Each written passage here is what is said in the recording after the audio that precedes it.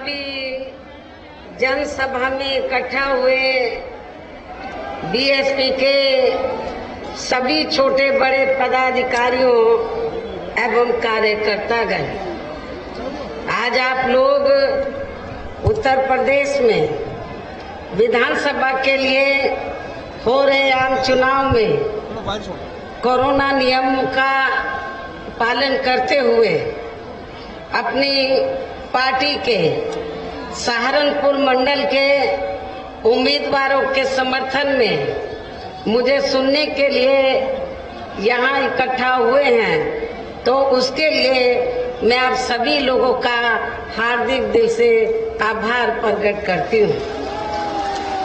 और अब मैं सबसे पहले अपनी पार्टी के संबंध में ये कहना चाहूंगी कि हमारी पार्टी ये चुनाव उत्तर प्रदेश की सभी विधानसभा की सीटों पर अकेले अपने बलबूते पर ही पूरी तैयारी व दमदारी के साथ लड़ रही है। इसके साथ ही यहाँ सन 2007 की तरह फिर से अपनी पार्टी की पूर्ण बहुमत की सरकार बनाने के लिए लड़ रही है, ताकि आपको वर्तमान में भाजपा के चल रहे जातिवादी, संकीर्ण, अहंकारी व तानाशाही वाले शासन से मुक्ति मिल सके। इसके साथ ही हमारी पार्टी ने पूर्व की तरह इस चुनाव में भी बीएसपी से जुड़ने की तादाद को ध्यान में रखकर फिर उसी अनुपात में ही यहाँ सब समाज के लोगों को टिकट भी दिए हैं। और अब इस चुनाव में आप लोगों को अपना वोट कांग्रेस, बीजेपी, सपा व अन्य विरोधी पार्टियों को न देकर केवल अपनी एकमात्र हितैषी पार्टी बहुजन समाज पार्टी को ही देना क्यों जरूरी है, उसे समझना होगा। हालांकि इस संदर्भ में आप लोगों को ये मालूम है कि आजादी के बाद शुरू में काफी लंबे समय तक केंद्र व उत्तर प्रदेश सहित देश के अधिकांश राज्यों में भी कांग्रेस पार्टी की ही अकेले यहाँ सरकारें रही हैं, किंतु इनकी गलत नीतियों एवं गलत कार्य प्रणाली की वजह से ही अब ये पार्टी केंद्र के साथ साथ बहुत पहले ही यहाँ उत्तर प्रदेश की सत्ता से भी बाहर हो चुकी है। इसके साथ ही ये पार्टी जबरदस्त जातिवादी होने के कारण शुरू से ही हर मामले में यहाँ दलित, आदिवासी व अन्य पिछड़ा वर्ग विरोधी पार्टी भी रही है और अभी भी है, जिस कारण केंद्र में रही इस कांग्रेस पार्टी की सरकार ने इन वर्गों के मसीहा व भारतीय संविधान के मूल निर्माता परम पूज्य बाबा साहब डॉक्टर भीमराव अंबेडकर को भारत रत्न की उपाधि से भी सम्मानित नहीं किया था, जिसके लिए वो हर प्रकार से पात्र भी थे। इतना ही नहीं बल्कि इनकी मूवमेंट को आगे बढ़ाने के लिए अपनी पूरी जिंदगी समर्पित करने वाले मान्यवर श्री कांशीराम जी के देहांत होने पर भी केंद्र में उस समय इसी कांग्रेस पार्टी की रही सरकार ने उनके सम्मान में एक दिन के लिए भी राष्ट्रीय शोक घोषित नहीं किया था, तथा न ही इस पार्टी की रही सरकार ने पिछड़े वर्ग की आरक्षण संबंधी मंडल कमीशन की रिपोर्ट को भी लागू किया था, जिसे फिर बीएसपी ने अपने कड़े संघर्ष व अथक प्रयासों से केंद्र में रही श्री बीपी सिंह की सरकार से ही लागू कराया था। साथ ही इसी सरकार में ही बाबा साहब डॉक्टर भीमराव अंबेडकर को भी भारत रत्न की उपाधि से सम्मानित किया गया था, जो इनके अपार अनुयायियों की वर्षों से ये दिली चाहत भी थी। लेकिन अब केंद्र व अधिकांश राज्यों की भी सत्ता से बाहर होने पर यही कांग्रेस पार्टी खासकर दलितों आदिवासियों व अन्य पिछड़े वर्गों के वोटों की खातिर आए दिन किस्म किस्म की नाटकबाजी करती रहती है, जबकि इन वर्गों के मामले में इस पार्टी की सच्चाई तो ये है कि कांग्रेस पार्टी जब सत्ता में होती है और इनके अच्छे दिन होते हैं तो तब इस पार्टी को इन वर्गों का विकास व उत्थान आदि याद नहीं आता है तथा न ही इनको महिलाओं की भी भागीदारी याद आती है। इतना ही नहीं बल्कि इस पार्टी के बाद खासकर यहाँ सपा व बीजेपी आदि की बनी सरकार में भी यूपी की जनता अधिकांश मामलों में काफी ज्यादा दुखी रही है। सपा की सरकार में तो ज्यादातर यहाँ गुंडों, बदमाशों, माफियाओं, अराजक तत्वों व सरेआम लूट खसोट करने एवं अपने राजनीतिक स्वार्थ में दंगे फसाद आदि कराने वालों का ही राज रहा है, जिसकी खास वजह से ही इस सरकार में आए दिन यहाँ तनाव की स्थिति बनी रही है तथा दंगे आदि भी खूब हुए हैं। इस मामले में पश्चिमी यूपी का मुजफ्फरनगर कांड इसका खास उदाहरण भी है। आपके नजदीकी मुजफ्फरनगर जिला लगा है। जब सपा सरकार में उधर दंगे हुए तो बड़े पैमाने पर जाटों के साथ साथ मुसलमानों को भी जानी माली नुकसान हुआ, जबकि बरसों से मुजफ्फरनगर, शामली, कैराना में वहां जाटों और मुस्लिम समाज में भाईचारा बना हुआ था, लेकिन सपा की सरकार में इस भाईचारे को मुजफ्फरनगर कांड की आड़ में खत्म किया गया। ये भी आप लोगों को मालूम है। और इतना ही नहीं, प्रदेश में विकास के कार्य भी ज्यादातर यहाँ एक विशेष क्षेत्र व एक समुदाय के लोगों तक ही सीमित होकर रह गए हैं। सपा की सरकार में प्रदेश में विकास के कार्य भी ज्यादातर यहाँ एक विशेष क्षेत्र व एक समुदाय के लोगों तक ही सीमित होकर रह गए हैं। खासकर दलितों व अति पिछड़े वर्गों के मामले में तो हर स्तर पर अधिकांश समय इनका सोतेला रवैया ही देखने के लिए मिला है। इसके साथ ही सपा सरकार में इनके संतों, गुरुओं व महापुरुषों आदि को भी सम्मान नहीं दिया गया है, अर्थात इनका हमेशा अनादर ही किया गया है, जिसकी जानकारी आप सभी लोगों को भी है। उन्हें यहाँ मैं दोहराना नहीं चाहती हूँ। मुसलमानों के साथ भी तो सपा सरकार में तो जितना इनको आगे बढ़ने का मौका देना चाहिए था मुस्लिम समाज के लोगों को, वो नहीं दिया गया और इनकी तरक्की तो बहुत दूर की बात रही।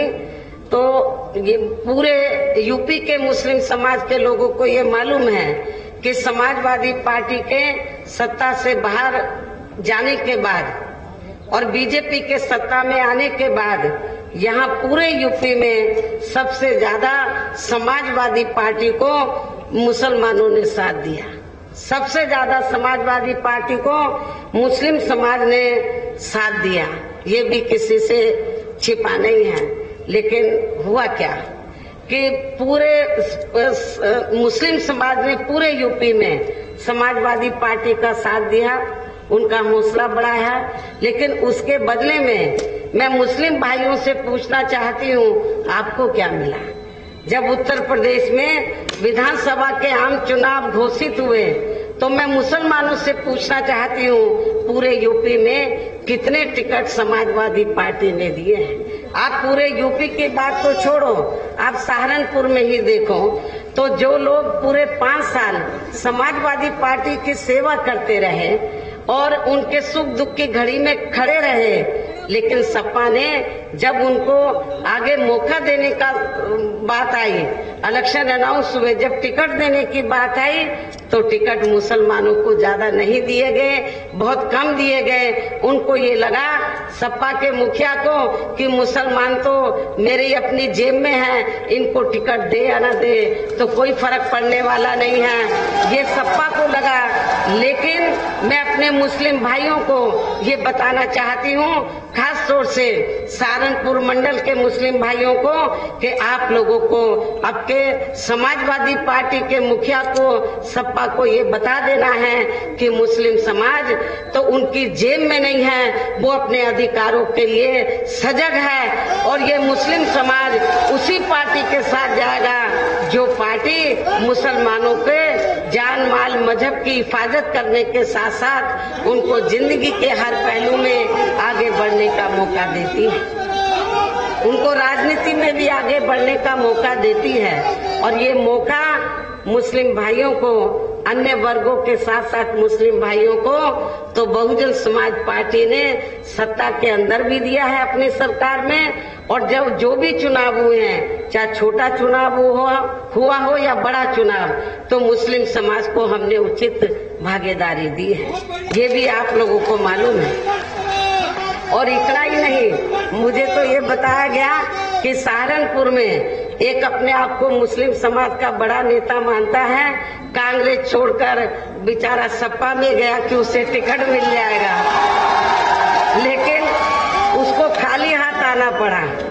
ये तो अभी अभी गया था, लेकिन जो 5 साल से लग रहे थे सपा में, जब उनको टिकट नहीं मिला तो इसको कहां से मिलेगा? ये तो नया नया मेहमान था समाजवादी पार्टी में। तो ये सपा समाजवादी पार्टी की जो सोच है माइनॉरिटीज के मामले में, दलितों और पिछड़ों के साथ साथ, मैं समझती हूँ वो ठीक नहीं है। इसी प्रकार भाजपा सरकार की भी नीतियां व कार्यशैली अधिकांश यहाँ जातिवादी, पूंजीवादी एवं आरएसएस के संकीर्ण एजेंडे को ही लागू करने पर टिकी रही है, जिससे प्रभावित एवं शिकार हुए लोगों का इस सरकार में सही से विकास व उत्थान आदि नहीं हो सका है। साथ ही इनका हर स्तर पर काफी ज्यादा उत्पीड़न भी किया गया है। धर्म के नाम पर वर्तमान भाजपा सरकार में धर्म के नाम पर हमेशा यहाँ तनाव व नफरत आदि का वातावरण ही बना रहा है। प्रदेश में अपराध भी काफी ज्यादा बढ़े हैं, खासकर दलित, अकलियत व महिलाएं आदि भी इस सरकार में कतई भी सुरक्षित नहीं है। मुजफ्फरनगर के लोग भी अच्छी प्रकार से जानते हैं, सहारनपुर के लोग भी, शामली जिले के लोग भी। और मैं खास तौर से सहारनपुर जिले में जो दलित वर्ग के लोग हैं उनको ये बताना चाहती हूँ कि जैसे ही यूपी में भारतीय जनता पार्टी की सरकार बनी तो सबसे पहले यूपी में सहारनपुर जिले में दलितों का उत्पीड़न हुआ, बड़े पैमाने पर दलितों का उत्पीड़न हुआ। शब्बीरपुर कांड इस बात का जीता जागता उदाहरण है। शब्बीरपुर कांड भारतीय जनता पार्टी की सरकार में हुआ और आप लोगों को ये मालूम है, इस कांड की आड़ में जो वर्षों से यहाँ क्षत्रिय और दलितों में भाईचारा था उसको खत्म करने का पूरा प्रयास किया गया। शब्बीरपुर कांड में लोगों दलितों को जानी माली नुकसान पहुंचाया गया। बीजेपी जैसे ही पावर में आई उनके दिमाग खराब हो गए और सबसे ज्यादा पहले हमला इन्होंने दलितों के ऊपर किया। शब्बीरपुर कांड जो है बड़े पैमाने पर लोगों को जानी माली नुकसान हुआ। उस समय मैं मेंबर पार्लियामेंट थी, राज्यसभा की सदस्य थी और मैं यहाँ शब्बीरपुर गांव में आई थी। मैंने लोगों की काफी खराब हालत देखी थी, किस तरीके से लोगों को प्रताड़ित किया गया था। और जब मैंने इस मामले को राज्यसभा में उठाया पार्लियामेंट में तो सरकार के लोगों ने मुझे बोलने नहीं दिया, सरकार के मंत्री सब खड़े हो गए। तो उसके बाद मैंने फैसला लिया कि जब मैं अपने लोगों की आवाज पार्लियामेंट में नहीं उठा सकती, मुझे बोलने नहीं दिया जाता, तो अब मैं पार्लियामेंट के बाहर अपने लोगों को जगाऊंगी, लोगों को तैयार करूंगी। और इसी मुद्दे पर मैं दलितों को बताना चाहती हूँ, उस समय मैंने राज्यसभा से भी इस्तीफा दिया था। केवल इसी मुद्दे पर। तो मैं दलितों को ये बताना चाहती हूँ कि जो दलित वर्ग के लोग, कुछ नेता लोग अपने स्वार्थ में बीजेपी में चले गए, क्या वो सब्बीरपुर कांड को भूल गए? क्या वो सब्बीरपुर कांड को भूल गए? तो इसलिए आप लोगों को इस चुनाव में ना सपा को वोट देना है मुस्लिम भाइयों को, और दलितों को तो बिल्कुल भी नहीं देना है। जिसने सब्बीरपुर कांड कराया, दलितों को भुलाना नहीं है। मैं आपको बता रही थी कि धर्म के नाम पर हमेशा वर्तमान भाजपा सरकार में यहाँ तनाव व नफरत आदि का वातावरण ही बना रहा। प्रदेश में अपराध भी काफी ज्यादा बढ़े, खासकर दलित, अकलियत व महिलाएं आदि भी इस सरकार में कतई भी सुरक्षित नहीं रही हैं। लेकिन मीडिया में इनके सही आंकड़ों को अधिकांश दबा दिया जाता है। इसके अलावा प्रदेश में गरीबों, मजदूरों, बेरोजगारों व अन्य मेहनतकश लोगों के साथ साथ दलितों, आदिवासियों, अन्य पिछड़े वर्गों, मुस्लिम एवं अन्य धार्मिक अल्पसंख्यक समाज के लोगों के हित व कल्याण के लिए वर्षों से जो भी यहाँ सरकारी योजनाएं चल रही थी, तो उनका भी उन्हें वर्तमान भाजपा सरकार में सही से पूरा लाभ नहीं मिल सका है। खासकर दलितों व पिछड़ों को आरक्षण का भी पूरा लाभ नहीं मिल पाया है, क्योंकि इन्होंने बड़े बड़े सरकारी कार्य ज्यादातर प्राइवेट सेक्टर के जरिए ही कराए हैं, जिसमें इनके लिए आरक्षण की कोई भी व्यवस्था नहीं है। सरकारी नौकरियों में भी इनका आरक्षण का कोटा पूरा नहीं किया गया है। मुस्लिम व अन्य धार्मिक अल्पसंख्यक समाज के लोगों के साथ तो बीजेपी की सरकार में अधिकांश या पक्षपात वाला रवैया ही अपनाया गया है। इतना ही नहीं, बल्कि इस बार बीजेपी की सरकार में अपर कास्ट समाज में से विशेषकर प्रबुद्ध वर्ग भी हर मामले में अपने आप को काफी ज्यादा उपेक्षित महसूस करता रहा है। इसके अलावा इनकी गलत आर्थिक नीतियों के कारण यहाँ गरीबी, बेरोजगारी व महंगाई आदि भी काफी ज्यादा बढ़ी है। खासकर चुनाव घोषित होने से पहले तो डीजल, पेट्रोल व रसोई गैस आदि की आए दिन बड़ी कीमतों ने भी जनता की काफी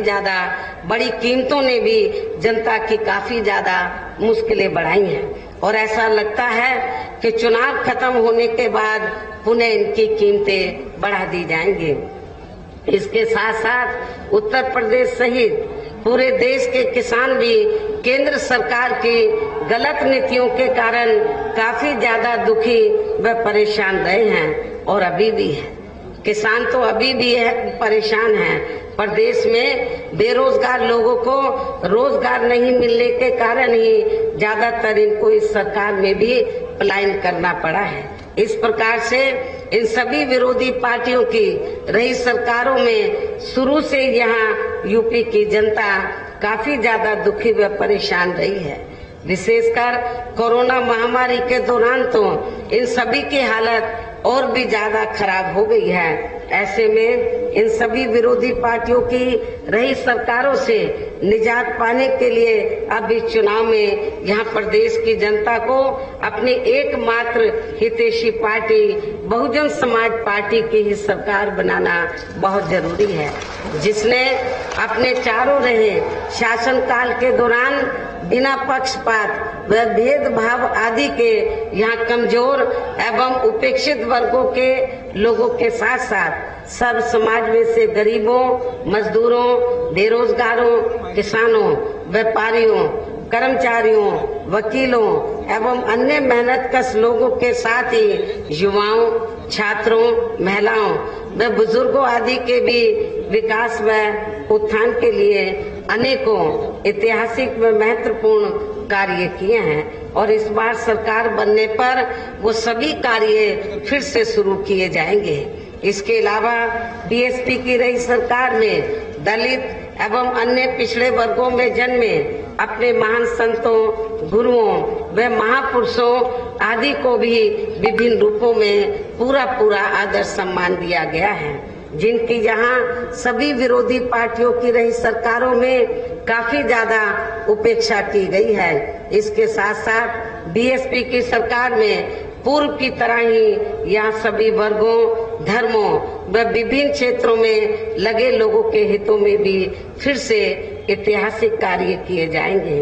प्रदेश में विशेषकर गरीबी व बेरोजगारी आदि को दूर करने के लिए जरूरी कदम उठाए जाएंगे और ये हमारी सरकार का इस बार भी फिर से मुख्य एजेंडा होगा। साथ ही किसी भी मामले में किसानों को भी निराश नहीं होने दिया जाएगा। उनकी उपज का उनको वाजिब दाम दिया जाएगा और खेती करने के साधन भी समय से और सस्ते उपलब्ध कराए जाएंगे। इसके अलावा आपके सहारनपुर मंडल की जो भी यहाँ स्थानीय समस्याएं होंगी तो उन्हें भी दूर करने का पूरा प्रयास किया जाएगा। हालांकि आपकी काफी स्थानीय समस्याएं मेरी पिछली रही सरकारों में ही दूर कर दी गई हैं। जो रह भी गई हैं तो उन्हें भी इस बार जरूर दूर कर दिया जाएगा।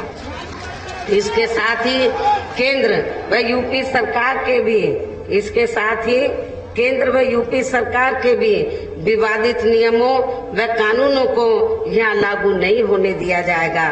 इतना ही नहीं बल्कि बीएसपी की रही सरकार में जिन महान संतों, गुरुओं एवं महापुरुषों आदि के आदर सम्मान में व उनके नाम पर जनहित की जो अनेकों योजनाएं शुरू की गई थी, साथ ही नए बनाए गए जिलों के नाम भी रखे गए थे, तो उन्हें अधिकांश सपा सरकार द्वारा बदल दिया गया है, जिन्हें फिर बीएसपी की सरकार बनने पर जरूर बहाल कर दिया जाएगा। इसके साथ साथ बीएसपी की रही सरकार में सर्व समाज के व विभिन्न क्षेत्रों में लगे लोगों के हितों में जो अनेकों महत्वपूर्ण व ऐतिहासिक फैसले लिए गए थे, तो उन्हें फिर से लागू किया जाएगा। इसके साथ ही बीएसपी की सरकार बनने पर यहाँ बीजेपी व सपा आदि के शासनकाल की तरह कानून व्यवस्था को किसी भी कीमत पर खराब व लचर नहीं होने दिया जाएगा तथा हर स्तर पर कानून द्वारा कानून का राज ही कायम किया जाएगा। जाति व धर्म के आधार पर यहाँ लोगों का किसी भी प्रकार से शोषण व उत्पीड़न आदि नहीं होने दिया जाएगा, जैसा कि वर्तमान भाजपा सरकार में हो रहा है। खासकर कानून व्यवस्था को बेहतरीन बनाने के लिए विशेष अभियान के तहत व दलगत राजनीति से ऊपर उठकर यहाँ गुंडों, बदमाशों, माफियाओं व अन्य आपराधिक एवं अराजक तत्वों को भी जेल की सलाखों में ही भेजा जाएगा, जहां मेरी सरकार में इनकी जेल के बाहर नहीं बल्कि जेल के अंदर ही सही जगह होती है। इतना ही नहीं बल्कि वर्तमान भाजपा सरकार ने जाति, धर्म व राजनीतिक द्वेष की भावना के तहत जिन लोगों को खासकर धरना प्रदर्शन आदि के नाम पर जबरदस्ती गलत धाराओं में फंसा के उन पर अनेकों केस चलाए हुए हैं, तो उन मामलों की भी सही से जांच करा के उनके केस भी खत्म कर दिए जाएंगे। अर्थात वर्तमान भाजपा सरकार में प्रदेश की जेलें जो अधिकांश ऐसे लोगों से भर दी गई हैं, तो उन्हें खाली करा के केवल यहाँ आपराधिक तत्वों को ही रखा जाएगा। इसके अलावा प्रदेश में खासकर शिक्षा के क्षेत्र में व अन्य और विभागों के भी कर्मचारी जो आए दिन अपनी मांगों को लेकर धरना प्रदर्शन एवं हड़ताल आदि करते रहते हैं, तो उन सभी मामलों को निपटाने के लिए एक आयोग का गठन किया जाएगा और उनकी सही मांगों को भी मान लिया जाएगा। इसके साथ ही विभिन्न मौकों पर भी मैंने सर्वजन हिताय व सर्वजन सुखाय को लेकर जो भी कार्य करने के लिए कहा है, तो उन पर भी जरूर अमल किया जाएगा। लेकिन ये सभी कार्य करने के लिए इस चुनाव में यहाँ बीएसपी की सरकार बनाना बहुत जरूरी है, जिसके लिए पार्टी के लोगों को वोट पड़ने तक या सभी विरोधी पार्टियों के साम, दाम, दंड भेद आदि हथकंडों से भी जरूर सावधान रहना है। और इस मामले में विरोधी पार्टियां चुनाव होने से कुछ समय पहले व चुनाव के दौरान भी अपने अपने पक्ष में हवा बनाने के लिए खासकर मीडिया व ओपिनियन पोल एवं सर्वे आदि का जो बड़े पैमाने पर गलत इस्तेमाल करती है, तो उससे भी आप लोगों को बिल्कुल गुमराह नहीं होना है। जैसे सन 2007 के हुए विधानसभा चुनाव में उस समय मीडिया में जो बीएसपी को लेकर ओपिनियन पोल व सर्वे आदि दिखाए गए थे और बीएसपी को नंबर 3 पर दिखाया गया था, लेकिन जब रिजल्ट आया बीएसपी नंबर 1 पर आई और बीएसपी की पूर्ण बहुमत की सरकार बनी। तो इस बार भी आप लोगों को इनके ओपिनियन पोल और सर्वे आप लोगों को गलत साबित करने हैं, ऐसा मैं आप लोगों से दरखास्त करती हूँ। अपील भी करती हूँ कि अपने सरकार बनाकर इनके ओपिनियन पोल और सर्वे आपको फिर से गलत साबित करने होंगे। इसके अलावा वोट पड़ने से कुछ घंटे पहले पार्टी को नुकसान पहुंचाने के लिए विरोधियों द्वारा मेरे नाम से या पार्टी के अन्य किसी भी वरिष्ठ नेता या उम्मीदवार आदि के नाम से भी फर्जी पर्चे बांटे जा सकते हैं, जिससे आप लोगों को गुमराह नहीं होना है। ऐसे अनेकों और भी हथकंडे इस्तेमाल किए जा सकते हैं, उनसे भी आपको जरूर सावधान रहना है। इसके साथ ही पूर्व की तरह इस चुनाव में भी विरोधी पार्टियों ने विभिन्न रूपों में जो अपने हवाई व प्रलोभन भरे चुनावी घोषणा पत्र आदि जारी किए हैं, जिन्हें सत्ता में आने के बाद ये पार्टियां अधिकांश अमल में नहीं लाती हैं, तो उनके बहकावे में भी आपको कतई नहीं आना है। जबकि इस मामले में बीएसपी किसी भी चुनाव में विरोधी पार्टियों की तरह अपना कोई भी चुनावी घोषणा पत्र आदि जारी नहीं करती है, क्योंकि बीएसपी कहने में बहुत कम बल्कि कार्य करके दिखाने में ही ज्यादा विश्वास रखती है। और ऐसा हमने यहाँ यूपी में अपनी चारों रही सरकारों में करके भी दिखाया है। इतना ही नहीं बल्कि हमारी पार्टी की चारों रही सरकारों ने प्रदेश में बिगड़ी हुई कानून व्यवस्था को सुधारने के साथ साथ प्रदेश के विकास व आम जनहित के लिए जो असंख्य अति महत्वपूर्ण कार्य किए हैं, वो अभी तक यहाँ किसी भी विरोधी पार्टी की सरकार ने नहीं किए हैं, बल्कि ज्यादातर उन्हीं कार्यों के नाम व स्वरूप आदि बदलकर अब विरोधी पार्टियों की सरकारें उन्हीं को ही भुनाने में लगी हैं। लेकिन उन कार्यों के प्रति इनकी नीयत व सोच सही नहीं होने के कारण उसमें भी ये पार्टियां ज्यादा सफल नहीं हो पा रही हैं। और अब मेरा यही कहना है कि आप लोगों को इस चुनाव में अपने हित व कल्याण के लिए या फिर से यूपी में बीएसपी की सब जनहिताय व सर्वजन सुखाय की नीतियों पर आधारित सरकार बनाना बहुत जरूरी है। और इसके लिए पार्टी के लोगों को वोट पड़ने वाले दिन कोरोना नियमों का भी पालन करते हुए सबसे पहले सुबह उठते ही व समय से अपने अपने पोलिंग बूथों पर अपना वोट डालने के लिए जरूर जाना है। इसके साथ ही आपका वोट अन्य कोई व्यक्ति ना डाल सके, इसका भी आप लोगों को खुद ही ध्यान रखना है। इसके साथ साथ अपनी पार्टी का कोई भी वोट पड़ने से ना रह जाए, तो उसका भी पार्टी की हर पोलिंग बूथ की कमेटी को विशेष ध्यान रखना है। इन्हीं जरूरी बातों के साथ ही अब मेरी बीएसपी के लोगों से यही अपील है कि पार्टी ने यहाँ के सहारनपुर मंडल में जिन भी विधानसभा की सीटों पर अपने उम्मीदवारों को चुनाव के मैदान में उतारा है, जो यहाँ आपके बीच में इधर मंच पर मौजूद भी हैं, तो उन्हें आप लोगों को वोट वाले दिन अपनी पार्टी के हाथी चुनाव चिन्ह के सामने वाले बटन को दबा के जरूर जिताना है। भारी वोटों के अंतर से इनको जरूर कामयाब बनाना है। और फिर से आपको यहाँ सन 2007 की तरह बीएसपी की अपनी पूर्ण बहुमत की सरकार जरूर बनाना है। तभी फिर प्रदेश में अमन चैन कायम होने के साथ साथ यहाँ सभी धर्मों व वर्गों के लोगों का भी सही से विकास व उत्थान आदि हो सकता है। साथ ही यहाँ अन्याय, अपराध, भय व भ्रष्टाचार मुक्त एवं विकास युक्त वातावरण भी पैदा हो सकता है। और तभी फिर यहाँ परम पूज्य बाबा साहब डॉक्टर भीमराव अम्बेडकर एवं मान्यवर श्री कांशीराम जी आदि का भी सपना सही साकार हो सकता है।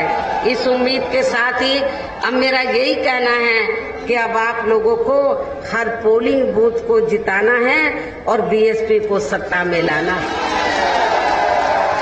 इस विश्वास के साथ ही अब मैं पुनः अपनी पार्टी के इन सभी उम्मीदवारों को जिताने की पुरजोर अपील करते हुए अपनी बात यही समाप्त करूं। लेकिन इससे पहले मैं आप लोगों से ये भी गुजारिश करती हूं, क्योंकि पिछले कई दिन से पश्चिमी यूपी में, क्या पूरे यूपी में मौसम बहुत ज्यादा खराब है, लेकिन खराब मौसम होने के बावजूद भी आप लोग यहाँ पर मुझे सुनने के लिए आए हैं, तो उसके लिए मैं आपकी बहुत बहुत आभारी हूँ। हालांकि पार्टी के वरिष्ठ लोगों ने मुझे ये कहा कि बहन जी मौसम बहुत ज्यादा खराब है, दलदल हो गया, जमीन पे हेलीकॉप्टर लैंड नहीं कर सकता, तो मैंने इनको बोला पुलिस लाइन में लैंड करा दो, वहां से मैं बाई रोड आ जाऊंगी। लेकिन प्रोग्राम में मैं जरूर आऊंगी। मैं अपने लोगों को निराश नहीं करना चाहती हूँ और मैं आप लोगों को ये बताना चाहती हूँ कि जो भी बातें मैंने आप लोगों के सामने कही हैं, उन सभी बातों को आप लोग हर विधानसभा में पोलिंग बूथ में के क्षेत्र में जा जाकर मेरी बातों को, इन सब बातों को आप लोगों को बताना है। और बीएसपी के उम्मीदवारों को आप लोगों को भारी वोटों के अंतर से जिताना है। याद रखो, वोट वाले दिन हो सकता है कि मौसम बहुत ज्यादा खराब हो जाए, लेकिन मौसम से डरना नहीं, बल्कि आप लोगों को खराब मौसम में भी सुबह उठते ही सबसे पहले अपने अपने पोलिंग बूथों पर जाकर अपने उम्मीदवारों को वोट डालना है। हमारे पार्टी के जो उम्मीदवार यहाँ स्टेज पे खड़े हैं, इनको भारी वोटों के अंतर से जिताकर यूपी की असेंबली में जरूर भेजना है। इस उम्मीद के साथ ही अब मैं अपनी बात यही समाप्त करती हूँ। जय भीम, जय भारत। अगर आपने अभी तक हमारा चैनल सब्सक्राइब नहीं किया है तो सब्सक्राइब करें और घंटी का बटन बिल्कुल भी दबाना ना भूलें, ताकि सभी लेटेस्ट खबरें पहुंच सकें आप पे सबसे पहले।